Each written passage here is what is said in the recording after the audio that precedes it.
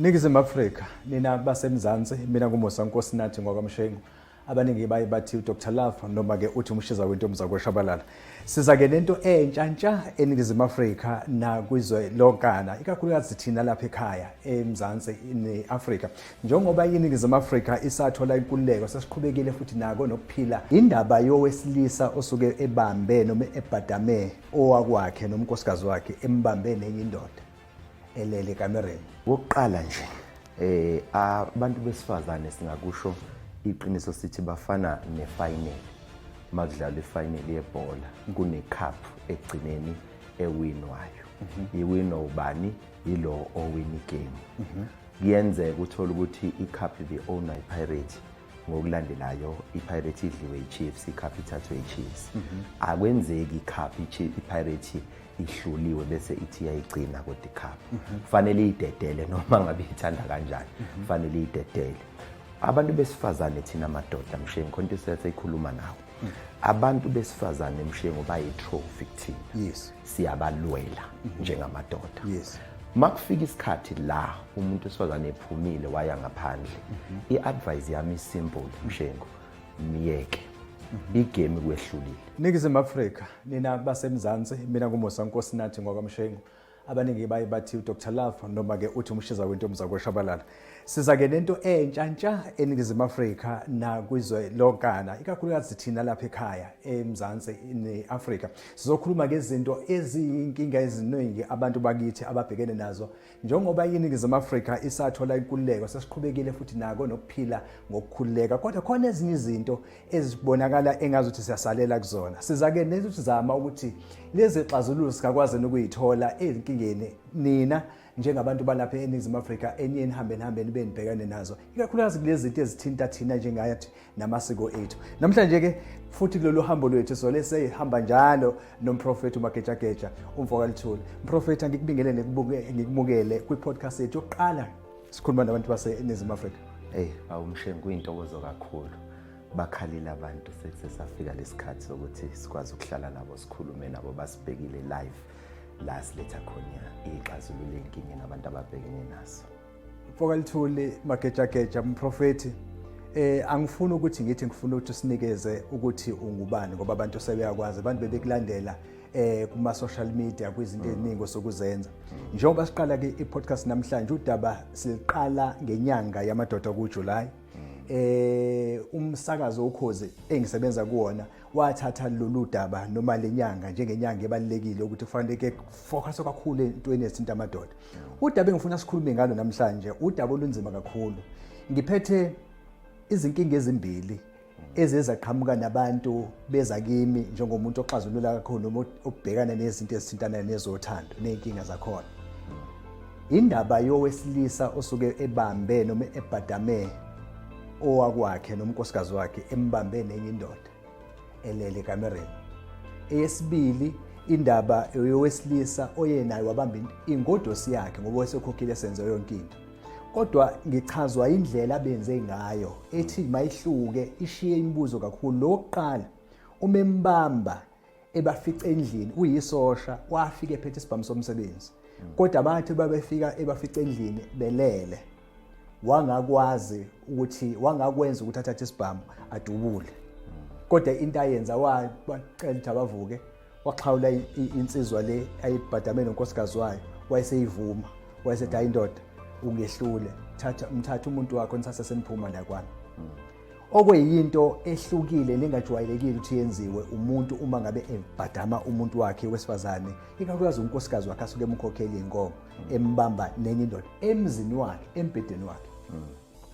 Sikhuluma namhlanje nje baningi basemajele baboshiwe abantu baboshelwe izinto ezihlukene ikakhulukazi nayo le yokuthi mhlawumbe usuke ehlulekile ukuzibamba ngesikhathi ebhadama unkosikazi wakhe elelendlini. Kunomuntu manje obukayo onenkinga ecishe efane naleyo othola ukuthi akasakholelwa ukuthi uthando lukhona futhi asakholelwa ukuthi yokwaphinda ashadelwe kuningi okuhamba emqondweni wendoda. Lithini elakhilaka kulolu daba Mshengu? Wokuqala nje abantu besifazane singakusho iqiniso sithi bafana nefinal makudlala ifinal yebhola kunecup egcineni ewinwayo iwina ubani ilo owin igame. Kuyenzeka uthola ukuthi icup ibe owned iPirate ngokulandelayo iPirate idliwe iChiefs, icup ithathwe iChiefs. Akwenzeki icup iPirate ihluliwe bese ithi yayigcina kodwa icup. Fanele idedele noma ngabe ithanda kanjani, fanele idedele. Abantu besifazane thina amadoda Mshengu konke siyayikhuluma nawo. Abantu besifazane Mshengu bayi trophy thina. Yes. Siyabalwela njengamadoda. Yes. Makufika isikhathi la umuntu wesifazane ephumile waya ngaphandle. I-advice yami simple Mshengu, miyeke. Igame kwehlulile. Uyabona lo ovele wabamba umuntu wesilisa wamxhawula maqede wadlula. Iphelile Mshengu. Ikuhlulile leyo nsizwe uyathanda noma uthanda Mshengu. Why ngithi kuhlulile ubukhona nawe egaming kodwa wa decide ukuyoba i-trophy kwenye indawo unkosikazi wakho. The day nje ephuma endlini yakho eshiya umuzi wakhe eyolala nenye indoda igame ikuhlulile ihambile i-trophy. Asiqale lana ke ngoba owesifazane noma ngithi iningi labesifazane lithi siyalingana, owesilisa nowesifazane siyalingana njengoba nomthetho sisekelo usho njalo nabo 50-50 abaphushwayo bathi akulingwane.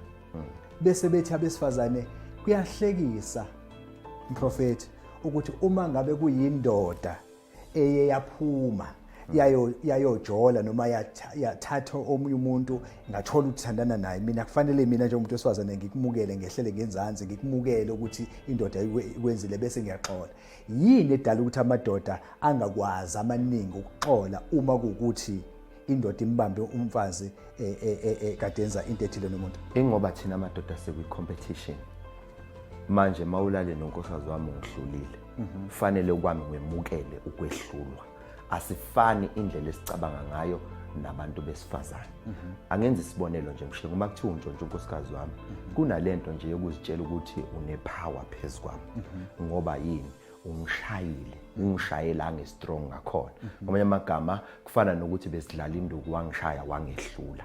So uyiwinile competition. Thina abantu besifazane thina amadoda siyakompita ngabo.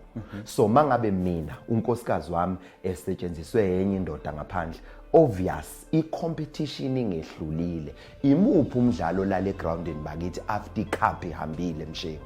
Ngoba njengoba unkosikazi wami bengikompita ngaye, njengoba eselale nenye indoda, obvious leyo ndoda ingehlulile inamandla phezukwami. So ngiyiluzile igame. Okwama kumele ngize ngithathe isibhamu ngize ngiact Mshengu. Kufanele ngikwamukele ukuthi i-competition this time around ingihlulile ngoba nami njoba ngimthathile ngehlula abantu abathize ngamletha kumina. Uma yena engawuphumelanga umncintiswane esehleli nami waqhubeka waba kwi-competition nophumela ngaphandle, lo nkosikazi sengehlulekile. So obvious vele sengifile mina mangiqhubeka ngihlala naye Mshengu into esibile ezokwenzeka ama feelings vele azolokheka. Ngeke ngisakwazi ukulala nalomuntu. Why ngenziwa yini Mshengu? Hayi ngoba singaxoli, siyakuzwela ukuluza njengamadoda. Sengiluzile Mshengu. Kodwa omunye uzothi yini pho edala ukuthi nina madoda kube lula ukuthi weshele intombo yazi ukuthi ithandana noMshengu futhi uyababona ukuthi ba right kodwa wena ufuna ukungena uze uthi hayi sizomfihlela uMshengu uncikiswe? Yini kube lula ukwazi ukwenza lokho uma ngabe sekudekene nani bese nithi abesifazane bafana netrophy? Njoba ngishilo ngathi sikwi competition ngifuna ukuzibona nginamandla kunoMshengu. Ngiyakujabulela nje lokho ukuthi ingodosi kaMshengu siyamfihlela uMshengu. Kahle kahle lento is not about even yona. Ingodosi is about me namandla ami njengendoda ukuthi ngiwinile ngimehlulile uMshengu. Ungamuza umuntu esilathi sizoyifihlela indoda yakho azi ukuthi lento ayikho mayelana nawe, ujatshuliswa yona. Ngikwenzela isibonelo Mshengu, bangaka abantu besifazane ababanjwa bejola abashade nabantu ababejola nabo bahlukana the day bebanjwa ngoba umncintiswana waphela Mshengu. Uthando belungekho. It was about lensizwa iba namandla ngaphezulu kwendoda yakho Mshengu. Yingakho masuhlukene nendoda yakho ngeke umuzwe ethi bengikuthanda asambe siyoshada ngempela. Naye uyabaleka emva kwalokho Mshengu. Because beku about yena ezibone namandla konomunye umuntu wesilisa. Yingakho beze bexoxelana ethi ubani umfazi kabani ulala nobani, ubani wenza ubani impatha. Kodwa ngesikhathi bevumelana owesifazane nowesilisa akekho lo. Kodwa mase kuvela kuthi uyena oyisilimo entweni angekho involved kuyona njoba ngishilo ngathi imayilana necompetition ephakathi kwabantu besilisa of which ngelinye ilanga kufanele sikufundise kubantu besilisa ukuthi uhlonishwa kanjani unkosikazi womuntu Mshengu ngoba kudala lezi zinto bezihlonishwa umfazi womuntu behlonishwa intombi mayisiqomile Mshengu ibikade ihlonishwa ingahambishelwa noma kanjani wayifaka ke le ndaba ngoba ngifuna ukuthi singaphumi singazange siyingene kuyona eyokukhulunywa ngendaba yokuhlonishwa kukankosikazi womuntu yes ngoba siphila ezweni eline-influence ye-Western culture kanye ne-African culture. Mhlawumbe ngaphambi nje siqhubeke ake unikeze umuntu obukelayo njengamanje ukuthi ukuyiphi umehluko phakathi komshado noma sithi ukugana kanye nomshado. Okay Mshengu uma insizwa idecide ukukhomba intombi ake siqale lanje ngesizulu bese intombi yahamba yomisa iduku kube nempahla eziphumayo kube kwensizwa ziye kube kwentombazana beqala leyo ntombazana ishintsha indlela yokuqoqa Mshengu ibe nezinto eheza ngazo la ezikhombisa ukuthi sengumfazi womuntu bekwenzelwani lokho ukuthi umfazi womuntu angahamba nweshulwa emgwaqeni insizwa bezazi ukuthi once waqoka kanje sekumfazi womuntu of which ngesikhathi singenwa into yase West sakushintsha konke lokho Mshengu njengamanje sekunzima ukubona unkosikazi womuntu nangendlela abaqoka ngakhona kunzima emgwaqeni ukubona ukuthi umfazi womuntu lo uzashelwe naye angayithi vu Mshengu ukuthi angayithi vu nje ukuthi umfazi womuntu kwayena Mshengu number 1 indlela agqoke ngayo ayimvezi ukuthi umfazi womuntu ulungele ukuthi uye emagcekeni asemzini womuntu kwayena akaza ayihloniphe lento eyenzeka kuyena uthandani Mshengu uthanda iwhite wedding ukuthi uzogqoka ingubo emhlophe nakhona uthanda ukuthi abangani bakho bashile uthanda le ceremony umcimbi lo zokwenzeka kodwa akakaze abe nenjongo yalento ayenzayo Mshengu ukhumbula ukuthi ibithi intombi mayisikhethiwe izalukazi ihlale nayo phansi bese ziyifundisa ukuthi njengoba usumfazi womuntu suphumile stage sokuba intombi nakho kwesekubhekeke ukuthi uyiphathe ngakho wenza u1 no2 no3 lezi zamanje zize zingene emshadweni noma ziphumele ekhaya ziphumele esontweni umbuzo uthi njobe iphuma esontweni iyalo bani akekho umama ohlale nayo phansi wayiyala yingakho noma isisemshadweni ngisho sifika la elingeka khona ilingeka khona la endlini yendoda ilale nendoda la ngoba akakaze lo muntu wakwazi ukugana ukuthi into enjani ukugana Mshengu awucaciseke ngoba ngiyafuna ukuthi singamshika kakhulu umbukeli umehluko phakathi komshado ikakhulukazi kumshado wesilungu bese singena kumngano ke manje umngano ohambisana nokuthi lo wesifazane uzogcina echelwe ngenyongo angeniswe ekhaya nanokuthi ulokuchelwa ngenyongo usho ukuthi uzobe ithini indaba yakhona. Okay ngokwesintu mangabe umuntu egana Mshengu kusuke kuyisalukazi esingasekho emzimbeni la bese behamba bekwela amathongo sithandana nekhehla elithize bese leli khehla lihlala kimi bese kuthi ngalalo sisi naye unesalukazi uma behlangana Mshengu ngesikhathi lo wesifazane achelwa ngenyongo wayephuma kubo enqunu embathiswa isikhumba sesilwane esikade sihlatshwe kubo aphume enqunu njengoba wayezalwa bathini bathi sesiyakukhipha la ekhaya usuyozalwa lapha kalithula useyena wakalithula mayefika into zokugqoka uyofika ayithole kalithuli Mshengu uma sengenele kalithungu bayofike bemfaka inyongo bamfakelana inyongo kuthathwa amakhehla ala ekhaya nezalukazi zala ekhaya yes lezi ezabekezela Mshengu umendunzima kuyiwe emsamo Mshengu naye bese kuthathwa le nyongo ifakwa kuyena kukhishwane Mshengu kukhishwe kubo kwamukelwa lesalukazi esizogana la ekhaya usengumfazi wala ekhaya kushadiswa lezi idalwa ziyahlanganiswa manje Mshengu ngale nyongo njengoba kufakwa le nyongo sekushadiswa lemimoya okuyiyona ezogana nala ekhaya yingakho Mshengu noma esefuna ukuphuma sekunzima kanjani akakwazi ukuphuma ngoba sewangenwa amakhehla la ekhaya yingakho niyothi manixabana umuze ethi kukwami la usho umuzi kayihlo ngoba vele ungenwe woyihlo nedlozi lingasho lutho ngoba vele akuseyena wakho lo nkosikazi sekuwunkosikazi walamakhehla Mshengu bese kuthi ngala kwi white wedding Mshengu nawe uyasizwa kuthiwa i white wedding umshado wabamhlophe kusho ukuthi awunazo izisekelo zethu njengabantu abamnyama yingakho singakwazi ukumaintaina lo mshado ngoba uyisiko labantu abamhlophe kunezinto eziningi ezeqiwe zesikithi zesintu ezenza lo mshado wamanje bethi abantu benze i white wedding kodwa uthola ukuthi indlela abaphila ngayo abaganene Mshengu umgano awukho ngoba umgano yingesikhathi sekufakwa inyongo sekuhlanganiswa lesi sidalwa esizogana ngoba lo mfazi usuke nesithombo sakubo azositshala la emzini so la emzini semhlabathini la azotshala khona so ke make wasitshala Mshengu kunzima Mshengu ukuthi angaphinda aphuma ayositshala kwenye indawo lesithombo so umgano ke yila afakwa khona inyongo nkosikazi uthini bungakanani ubungozi obubhekana nobungabhekana nowesilisa ngoba ngeke ngisathi indoda ngithi wesilisa ngoba masikhuluma ngendoda indoda cishe ukuthi nendlela yokuziphatha nale ayisoze sondele noma idlalise unkosikazi womuntu yini elinde noma engenzeka kowesilisa oye wahlobonga nowesifazane oganile Mshengu kunesisho engeke ngisizwe futhi ngiyasibonisa iqiniso sithi izono zobaba ziyokwehlela ebantwaneni uyazi ukuthi Mshengu kunezingane ezihlushwa amakhosikazi njengamanje kanti isono esikababa ubaba bengayihloniphi imizi yabantu behambe ngene emzini yabantu kodwa mase kubuya impendulo ayibuyanga kubaba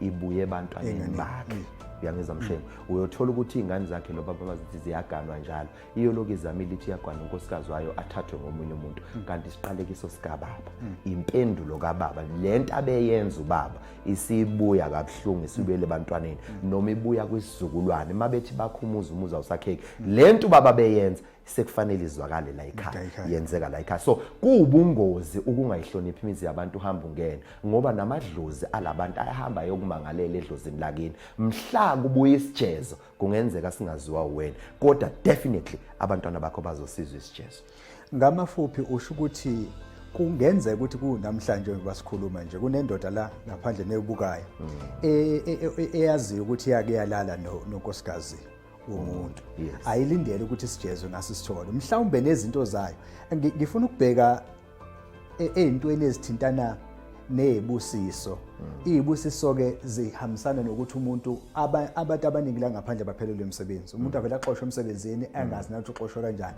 kuba khona into ezithi mazibe isinyama nayo le engikhuluma ngayo nalezi engikhuluma ngazo nalento uthi uyazama ibhizinisi esingahlangana izinto inako ukuthinta indaba ukuthi mhlawumbe bukhokhobela abafazi babantu kakhulu Mshengu angithi ngesizulu mangabe ungena emzini wendoda kanjalo walala nonkosikazi wayo bewukade uhlawula ngesilwane uzogeza umuzi wendoda so lo muzi nje obungawugezile ukungcola kwalomuzi konke kuphuma kube phezulu kwakho so inkinga zonke zalomuzi ziphuma zize kuwena angenza isibonelo Mshengu ubani umuntu ongena ngomnyama angene ngokungemthethe enyonyoba yisela umthakathi so loyo muntu mawungena nje emzini womuntu ngokungemthetho kwelamathongo vela njengesela na njengomthakathi so azi ukuthi ngesikhathi wena uthi uyazama izinto zakho idlozi lakini liyakuflathela ngoba unamacala nokuthi ungasheshe ufe kupossible Mshengu ufelani ngaleyo lindwa amacala akho kufanele uzowathetha ngoba ngesikhathi uhamba la emhlabeni awufili ubiziwe ngale ukuthi sibani sesizwa amacala amaningi ngawe ukuthi ungena emzini yabantu ngongemthetho awukuze la kanti ngesikhathi ubizwa ngala emhlabeni uyafa kupossible Mshengu ukuthi into zakho zingahambi kahle ngoba lamadlozi abantu nezinyembezi zabo ziyacounta Mshengu asikho isenzo Mshengu esingenayo inkokhelo yakho kuwena ke obukela lapho ngasekhaya ngiyacabanga ukuthi mhlawumbe nawe unayo imibuzo noma unazo ezinye izinto ofuna ukuyiphawula ungathumela ke ubhale lapho ku comment sikuze ukuthi uphawula uthini mhlawumbe kukhona enye into yokuyahlabezana nawe mhlawumbe nawe kokwenzeleka ukuthi ubhadame unkosikazi wakho ambambe eqotsheni ehlobonga wenze njani sifuna ukulizwa lolu daba ngoba siyafisa ukuthi amadoda akhulume ungathuli ungafeli ngaphakathi njengebutho likaZulu kumele ukuthi ukhiphe okungaphakathi ngoba enye into ekhona la prophet eyokuthi amadoda amaningi athathwa njengabantu okuthiwa amadoda awakhuluma amadoda awazisho lezi zinto nokukhuluma ngazo lezi zinto ke kubukeke ngazo ukuthi ukhona kuyikho mawukhuluma ngayo ngifuna sikhulume manje ngaphambi ukuthi siqhamuke nesixazululo ngoba inhloso kakhulu yale podcast yokuthi siqhamuke nexazululo. Mhlambe singakakhulumi nexazululo, ake sikhulume nomfana omncane ngoba kufanele sibakhulise nabo njengoba sikhuluma ngalento. Ake sikhulume nomfana omncane naye ofisayo ukuthi kusasa abe umnomzane abe nonkosikazi. Masikhuluma ngalezi zinto ezinye zazo zimenza thuke. Asabe manje abona ukuthi mina ngathi ngeke ngikwazi ukulungana ngcono mhlawumbe ngingathathile. Ilipho ongalitshela abafana abancane abasakhula? Into yokuqala Mshengu engabatshelayo nokuthi kubalekile ukugana amawindodo ukuze wakhe imizi yoyihlo. Kodwa masugana sengathi ungasithola isiluleko sabantu abangaphambili kwakho abazokukhulisa abakudodise. Indoda yakhiwa, umuntu wesilisa uyazalwa kodwa indoda yakhiwa Mshengu. Ngizonikeza obaba emphakathini i-challenge yokuthi ake sisondele kulabantwana abakhulayo. Khumbula Mshengu sikhulu ubaba bengayena umuntu okuzalayo, bekuwo wonke umuntu oyi-elder emphakathini omdala besimthatha njengobaba, esontweni umuntu omdala besimthatha njengobaba. Kubalekile ukuthi emphakathini asibe nendlela ethize esakha labafana abasakhulayo sibenze babe amadoda akusasa Mshengu. Number 2 Mshengu, sibafundise ukuthi imizi yabantu iyahlonishwa Mshengu. Inja ephuma iyodla amaqanda emzini womuntu Mshengu bagcina beyitrapha ngopoison, ngelilanga iphume idle kanti bayicuphile bese ithola upoison. Uyazi ukuthi abafana abaningi abagulayo Mshengu bagula bashawa amadlozi kweminye imizi, bayaphuma bayohlobonga kwezinye indawo. Abanye abasebenzi Mshengu, abanye akukho lutho olulungayo Mshengu. Mayibiza idlozi lakhe laze lamdikila ngoba unamacala amaningi okuphuma aye kwenye indawo. So labafana abakhulayo kubalulekile ukuthi thina singaphambi kwabo asiphile ngendlela Mshengu ezoba isibonelo kubona, ngoba indlela ibuzwa kwabaphambili. Fanele masiphila Mshengu yini efanele bayifunde, abayifunde ukuthi imizi yamadoda iyahlonishwa Mshengu. Make bakhula beyazi leyo nto ukuthi umfazi womuntu uyahlonishwa, awuveli uthinta nje iproperty yomuntu Mshengu. Bazokhula bekwazi ukuthi nabo mhla bethatha qala kuthina lento Mshengu. Ithina amadoda esenza abantwana behlobonga masingahloniphani. Make nje washo ukuthi unomuntu miyeke noma ngabe kuthiwa ubusubona umthanda kanjani Mshengu, ngoba iqiniso mhla ufika kumuntu uthando lakhe ngelanga lokuqala inkanuko ngelanga lokuqala. Into eyenza uqhubeke sekutshelela ukuthi nendoda ngoba nawe ufuna ukufeza ego yakho yenkanuko akukhona ukuthi uyamthanda. Uthando Mshengu liyayiqeda inyanga uhleli nomuntu ungamthandi, walethwa ilast wafike wathola ubufazi kuyena, kuyima umenza umfazi. Uma singamadoda singafunda ukuphila ngaphandle kwelast, siphile kuyiqiniso lokuthi sifuna uthando lwangempela, sifundise nalezi ingane ezisakhula ezingabafana uthando lwangempela Mshengu, ukuthi umuntu mayifuna ukuthatha umfazi wenza kanjani, umuntu mayiseganiwe uziphatha kanjani, abafazi babafowabo ubahlonipha kanjani, abafazi basemphakathini umfazi womuntu ngisho ukuthi umuntu awumazi maseganiwe uyahlonishwa Mshengu. Sizoba nesizwe esiright Mshengu, sizoba namadoda, sizoba nabantu abazolivusa ikusasa. Sisekuyona le ndaba ngifuna ukuveza enye ingxenye la mprofeti. Ngifuna ukungena emndenini, ngifuna ukungena kwikhaya ngoba sikhuluma ngako nokwakheka kwayo. Ezinye zezinto ngizothi isikompilo lethu njengesizwe sipisholo, elesiko impilo lethu belilihle lihambisana nokuthi sinayo amandla ngokomnotho. Umnotho kuyaphoqa kwesinye isikhathi ezinye zezinto ukuthi ukuphoqa ukuthi ukuvalele khoneni ugcina usuyivuma into ukuthi mayizoba kanje. Angikuthathe ngikuse emndenini ke manje.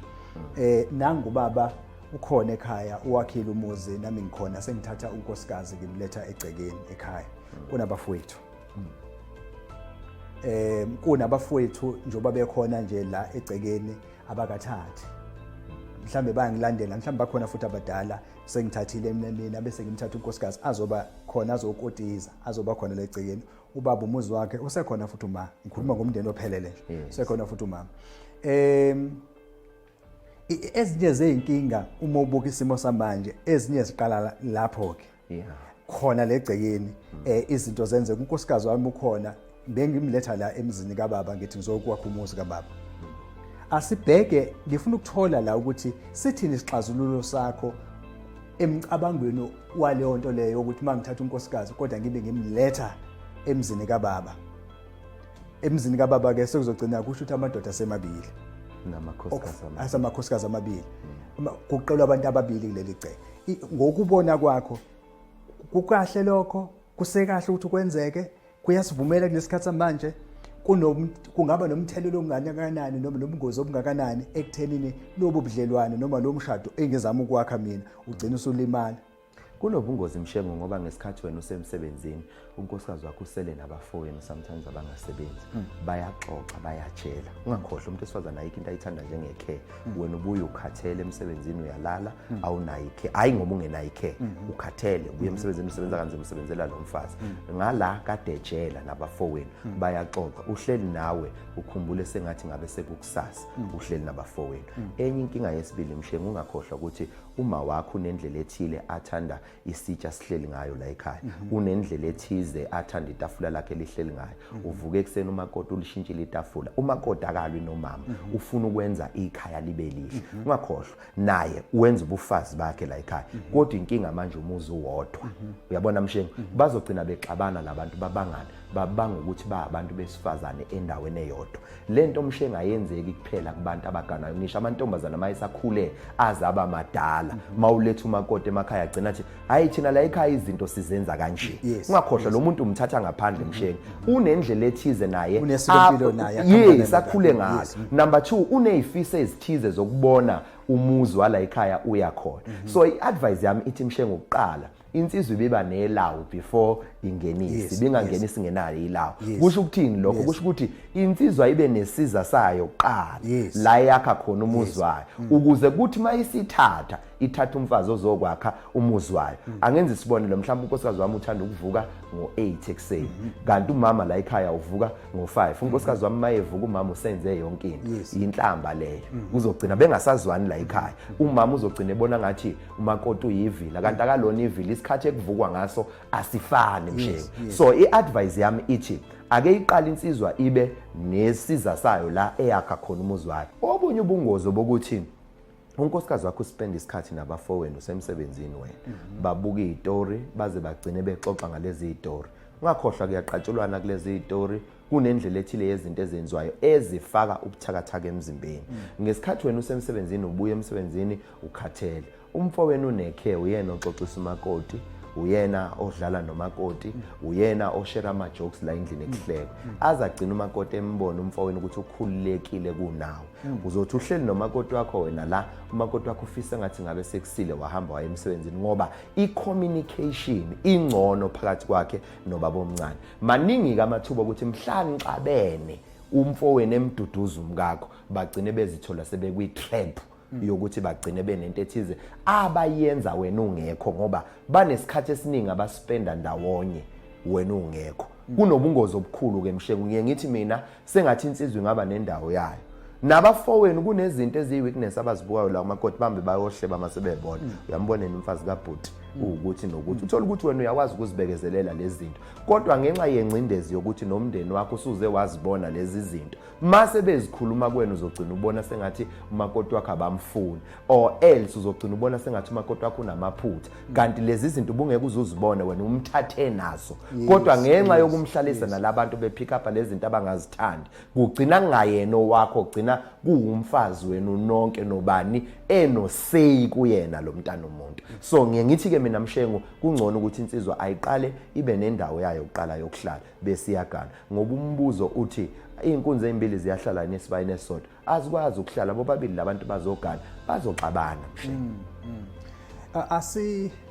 Asiphinde ngiveze enye ingxenye ngibuyele kwinto ethinta amathongo nedlozi nomsamo.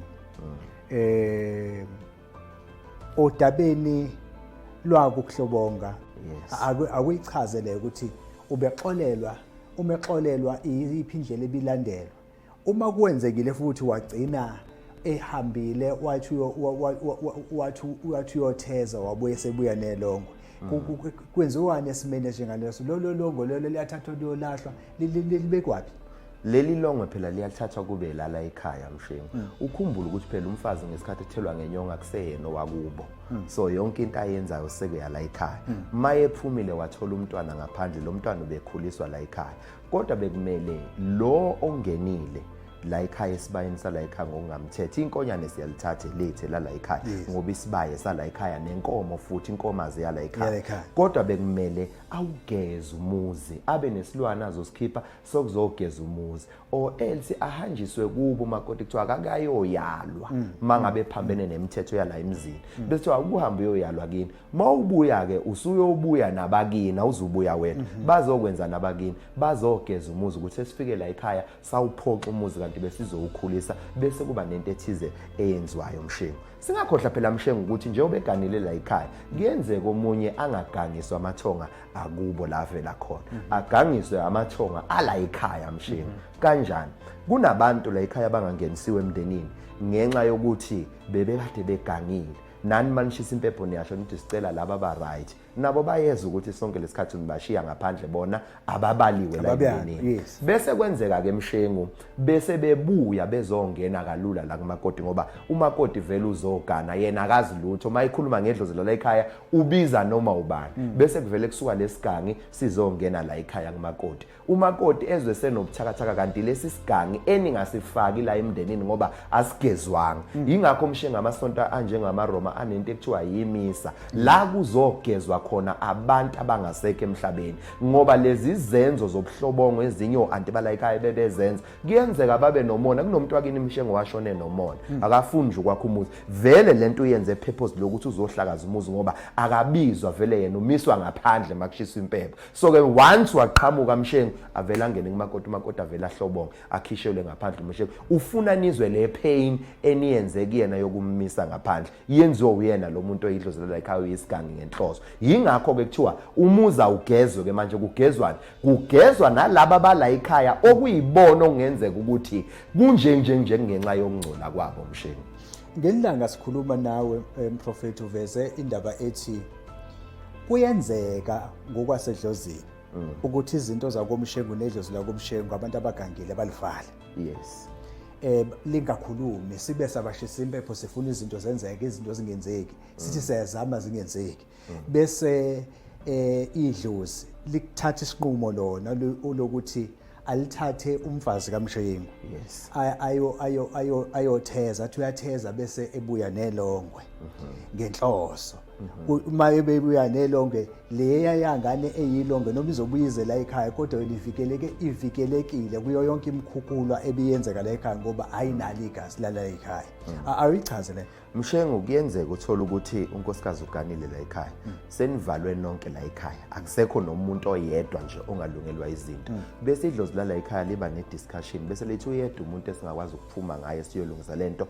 umakoti bese kuphuma umakoti aye ngaphandle maye fika ngaphandle kube ngathi uyahlobonga Mshengu bese thola umntwana mayithola umntwana lo mntwana bese avele kube uyena yedwa alright la ekhaya zibhede zonke ingane zala ekhaya Mshengu uyapi lo makoti njobe ngaphandle kuhamba idlozi la ekhaya la yocela imbewu yakomunye umuzi ngoba lifuna ukuzoguqula izinto kodwa lizocasha licashe ngalo muntu oyiboyfriend ingakho phela Mshengu ilongwe livunywa ngesizulu lingakhishwa kusatshwana singathi siyayikhipha lengane kanti inenhloso ethize yamathongo so ngesikhathi lengane ibuya la ekhaya iyona Mshengu esinamandla okwakha ngoba ngesikhathi kuvalwa izinsila zala ekhaya yona insila la ekhaya ibingenayo iyothi mayisikhulile bese ithonga la ekhaya leyayingena iveli ibe right Mshengu idlule zonke ezinye izingane zibhede zonke ziphuze zenze lokhu nalokho bese kuba yiyona evusa umuzi ikhule futhi Mshengu ingazi ukuthi ayiyona yala ekhaya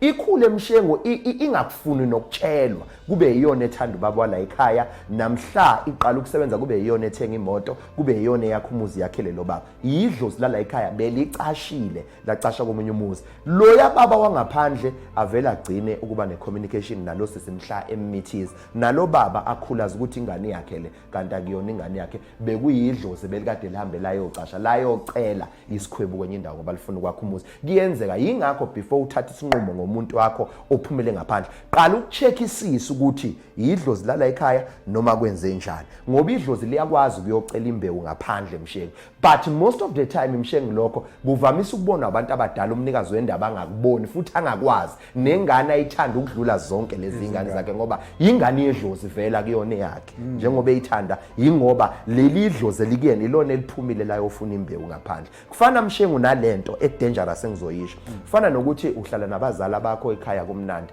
uyamhlukumeza unkosikazi wakho ngesikhathi umhlukumeza kuvele kuphume leli idlozi la kankosikazi licomplain lithi siyahamba la ekhaya lithi mase lihamba la ekhaya avele unkosikazi ungekho lingeke alale nomzala wakho uvele kufihle futhi amithi ingane ayizale kodwa ezikamzala kuzona ezakho uzufe wena ungayazi leyo nto Mshengu kwenzakaleni lapho ngesikhathi leli idlozi lidikila la kankosikazi lele lakho okuyilona elangena kuwena laganwa yilo likudikilile laphuma langena emzimbeni kamzala ngesikhathi lingena emzimbeni kamzala umzala ngesikhathi ehlobonga kanti ingane ayizalayo akuzona ezakhe ezaleli idlozi kuseyidlozi elilodwa hayi ngoba ethanda umzala hayi ngoba futhi umuntu ongenasimilo uthanda leli idlozi vele asuke ekhaya ezoligana kodwa ngenxa yokuthi lo okuyena elalihleli kuyona uabusive seliphumile idlozi langena lapha ya angasama kulungile insisikhulele yeah kuwena ke obukelayo ngicabanga ukuthi kuningi okufundayo kodwa ke angifuni sambe kakhulu singifuna sibuyele emuva khona soqhamuka nesixazululo ngoba inhloso ngqange yethu ukuxoxa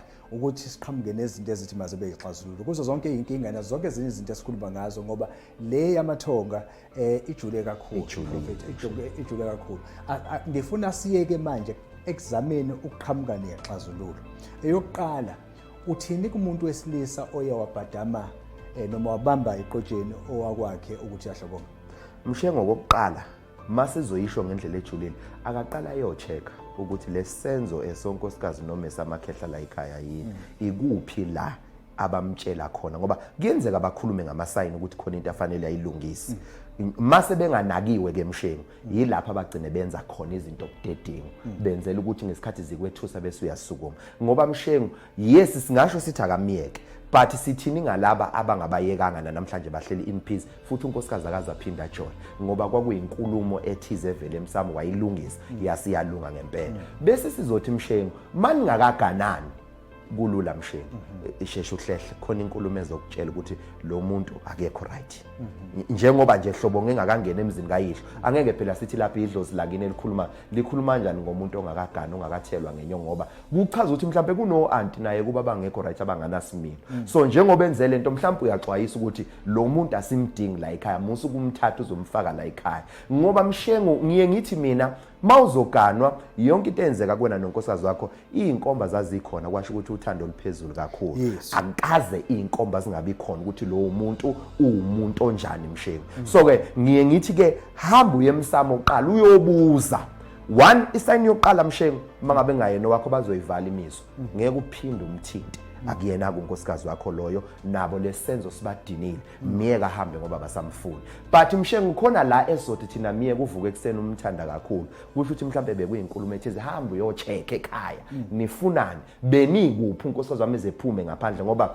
mayiyohlobonga phela namakhehla la ekhaya kusho ukuthi abekhona athulathini indaba imizwa yakhe angayikhiyanga yingakho ngeke ngithi isiluleko sokuqala icheck emsamo okwesibili Mshengu igame uyiluzile vuma xawulinsizwa isikhathi masivuma uyiyeke ihambe njoba uxoxa le story salensizwe yavele yamxhawula yathi mfowethu ngiyabonga ngehlelo lethatha unkosikazi wakho uhambe naye mdedele Mshengu naye mayifika kubo abakuba bake bacheke bese bemgeza ngoba kusho ukuthi sikhona isidalo esingcolile singathanda ukwakhumuza esiphakathi kulo muntu Mshengu omunye umuntu uzothi Magejageja